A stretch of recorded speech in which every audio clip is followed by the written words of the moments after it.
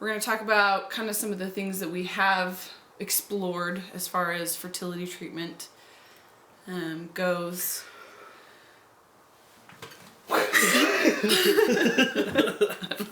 What were you doing? I was yawning. I was in the middle of a cough. It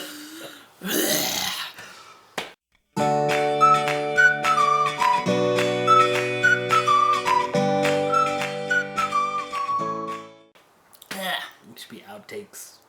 This is the outtake reel. Okay. So when we got married, we were on birth control for 3 months. Not that we needed it, but Jared's mom had kind of a crazy story. Basically, she got pregnant with all 3 of her children while she was on birth control. And Jared's biological father had testicular cancer to boot. And so we wanted like a couple months before we actively started trying to have kids, just the 2 of us. So we didn't have a honeymoon baby. I don't think that would have happened. I think we were okay. Yeah, looking back, it was a silly thing to even... But we didn't know. Yeah, so we didn't want that miracle to come right away. Wait 3 or 4 months, then bring us that miracle. So I was on birth control, and then I wasn't. And then we were trying. And I think within that first year... Oh man, I yawned again. I think within that first year was when we went to Jared's doctor that diagnosed him with Kalaman syndrome, and just found out, we were trying to figure out what we could do to start our family. And she recommended a couple medications. One of them was Pergonal, and the other one was Prophagy. And we didn't have insurance at that point, or did we? Whoa. No, we didn't. We were like dirt poor. So poor. Like, I was the only one working, remember? Yeah, I couldn't find a job. I was looking. And I don't even know how we made it through that era. That first year. Like, we should have starved to death. For real. Like, we had no money, and yet we always had food, and that's why I say everything, we're always okay. It's always okay. Just ends up being okay. So we didn't have insurance, and the medication was like... It was a ton. $1,000 a month. Yeah, and it was impossible for us. So with Jared's condition, there is a possibility that 60 to 70% of the people that have Kalaman syndrome can conceive children. 60 to 70 is pretty big, though. That is a pretty big... But there are certain qualifications as far as like when you were diagnosed, and just other things that go into it that increase or decrease the odds. And so we weren't sure where Jared would be on that, but then the cost, $1,000 when we were... We were so poor. So poor. And so it was just like, where are we going to come up with that kind of money to pay? And it was shots. There's up to 2 years. It could take up to 2 years for it to work. And it's like, God, how much money is that? It's like You're going to have to do the math. $24,000. $24,000. And that's to see if it even works. If you can even produce any sperm. You know, we didn't know. And so it just at that point wasn't an option. We decided to go ahead and hold off and just keep hoping and praying for a miracle. A couple years later, we decided to go up to the U. Talk to a fertility. And talk to a reproductive endocrinologist. And it was funny because when we went in, they thought, do you remember that? They took my blood pressure and they weighed me. Yeah. And I remember like looking at you, and you were like, and we were both like, what? Because they thought that I had the problem. They made a judgment. Like, what is that? They like, they stereotyped you. Yeah. It's always the girl's problem. It's always the girl's problem. Here, it's always the girl's problem, so. He said that I don't think he said he had actually ever dealt with anybody with Kalaman syndrome. No. So Kalaman syndrome is like 1 in 50,000 people have, Kalaman syndrome. So in a So population of like 3 million, 300 million of the United States, it was like 6,000. 6,000 people in the United States have the condition that Jared has. Men and women have it. It's more common in men than it is in women. But he had never dealt with anybody specifically with Kalaman syndrome. But he said he had a colleague who had, and he left the room and went and talked to the colleague, and came back in and said the colleague had a protocol that he had used to help a man and his wife get pregnant, and so apparently it worked. But again, we ran into the cost Money. of the Pergonal and the Prophagy and Money. so again, we just kind of put it on the back burner, and at that point we did have insurance because I was working at a doctor's office then. The insurance only covered diagnosing, and so there was just no point again in trying to figure out how to come up with $24,000 to see if this would even work. And I guess we should also talk about kind of how we feel about donor, and we both were not feeling like adoption was for us. I had a lot of friends who had failed adoptions, and just the idea that I had no control over whether I had a baby or not. I mean, it just... You never do, though. Right, but in this situation, a birth mom can pick you, and I realize it's one of the hardest things that they will ever do is to give up a child. But on the other end, being chosen and then having the birth mom decide to keep the baby, that is devastating for the couple on the other end, because you've been chosen and you're kind of anticipating this baby is going to be yours, and you start, in essence, planning your future. This is just our opinion. If you disagree with our opinion, that's okay. That's fine. This is just how we personally This is just where we're at, where we feel. I mean, you'll probably list 1,000 different times that adoption works, but we just don't. It just don't feel like we want to go through that. We just don't feel like this is the route for us. I don't know. It just doesn't feel right. Neither does any of the other options, like, a donor, yeah, and vitro. Well, and as far as the donor goes, it was like, I chose to marry you. If I wanted to get pregnant, I would have married somebody else. So it made no sense to go and get a donor when I want you to be the father of my children, not some other man. It goes back to that first choice when you told me when we were dating. What if he's a basketball player? No. Or a genius? What kind of genius? A Viking. Ooh, definitely a Viking. Yeah. Gotta prepare him for that zombie apocalypse. Gotta make him huge. So we go find the biggest, baddest person and just be Viking out there. That's what we get. Indeed. We're just preparing our children for the zombie apocalypse. Those were other options that were available at the time that we were aware of. But none of them felt right, and we wanted to have children of our own. So fast forward a couple more years. Right. I'd been in a zone. So Jessica was wondering how we could get pregnant, and into her mind came, like she said, the thought that, what if there was a way that you could adopt an embryo? Then we wouldn't have to worry about the issues with all the things that we were having problems with. Yeah, with the adoption, and I would be able to be pregnant, because there's absolutely nothing wrong with me.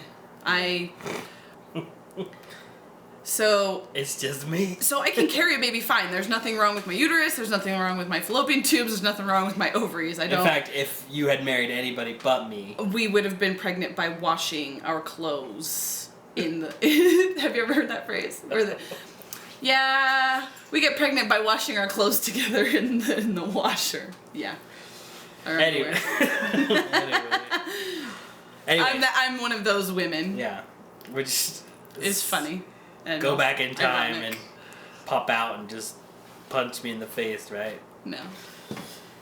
Anyway, so she gets that feeling, what if you can adopt an embryo? And I remember her just saying, is there such a thing?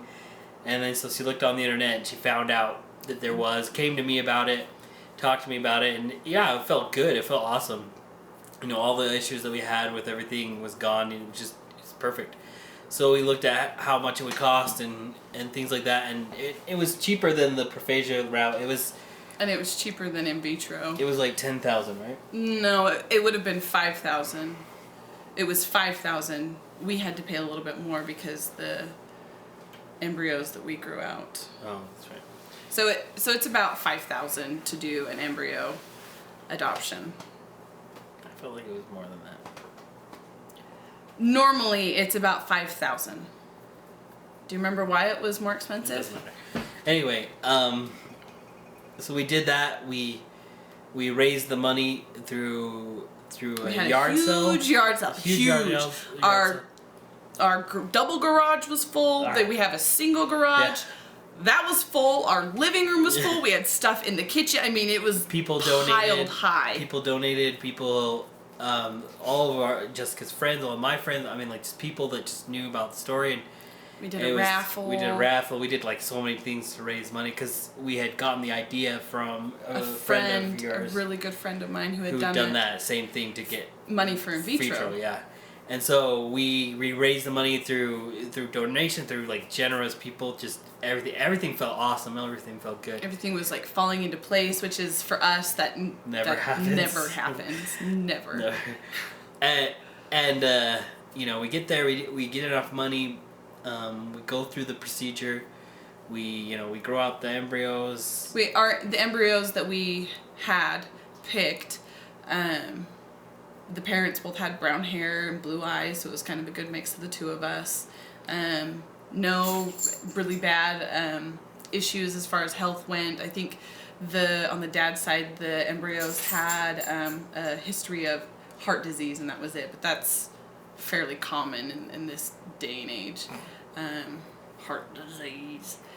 And so we did it. We did this. They had to grow the embryos. They were conceived, or they were created in 2004, which was the year that we were married, and so that was kind of fun. But when they were doing in vitro, then they were only growing embryos out to day 4, and they found more recently that growing embryos out to day 5 or 6, it actually increases the implantation rates. And so the embryos that we picked had to be grown out, and so that's why there was an extra cost. Yeah. They had to do all of that, and so got it in. We went in and had the transfer. We had the transfer. You have to wait 2 weeks. Dude, those 2 weeks were crazy. It was a hard 2 weeks. And then we got the call that. So I went in and had a blood test. Yeah. And I was at work. I had to leave work, go up to Salt Lake to have the blood test. And then they said that they'd call me by the end of the day with the results. And so I told them, okay. And I asked what time, and they said probably about 5 or 6. So I'm at work, and I get a phone call, and I see that it's them. So I run into the back room, and the medical assistant is like, so we got your results back, and it looks like you are pregnant. Your levels are kind of low, so we'd like you to come back in another week and just have your blood retested just to make sure.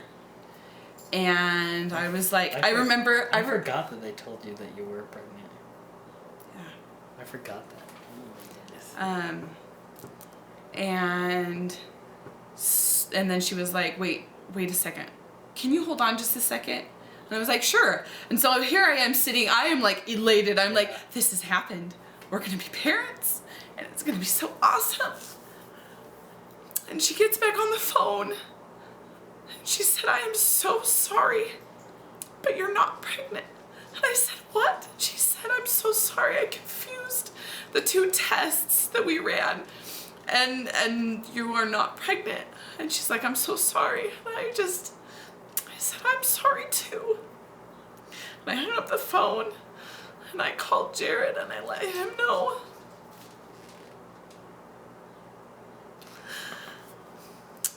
And I called Jared's mom and let her know.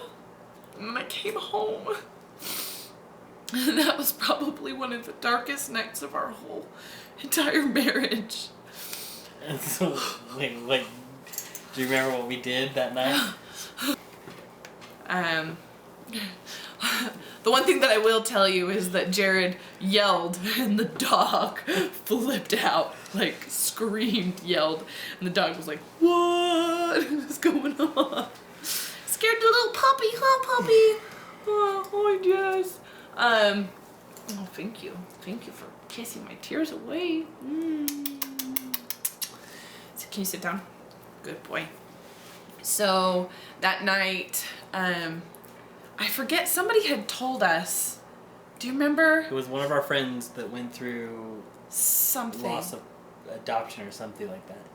I They don't told us that I don't the remember best- who it was. They told us that the best thing that they did was watch this website. Anyway, we had a friend tell us about this website, and I think I remember. Do you remember that quote that talks about how laughter is the best medicine for? I don't remember.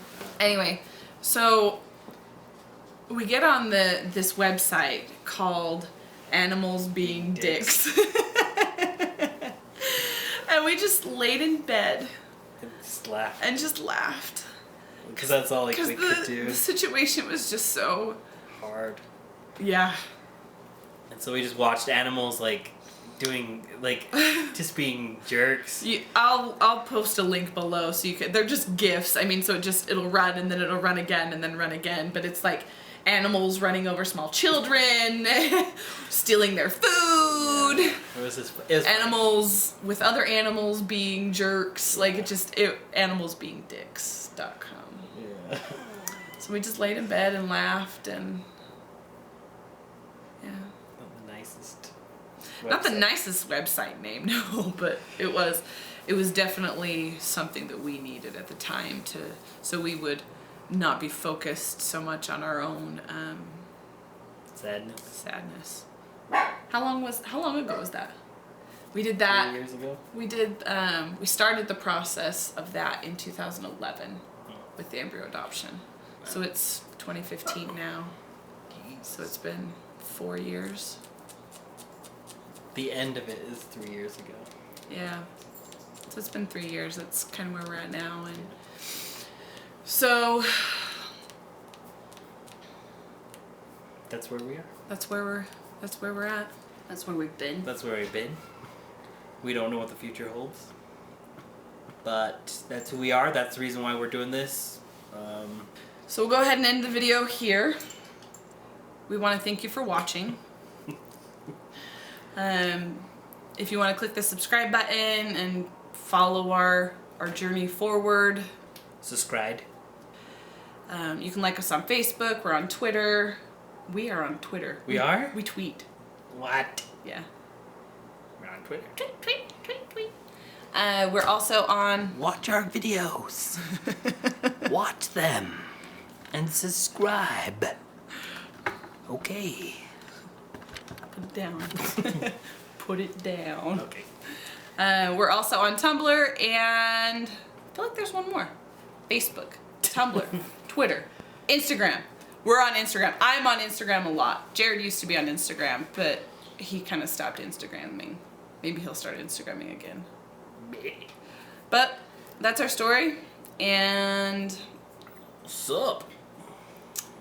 if you like to, again, follow our journey, hit the subscribe button. Please. Please. And how should we end our video? Random dancing. Go. Could you edit in some cool music? Because this is kind of weird.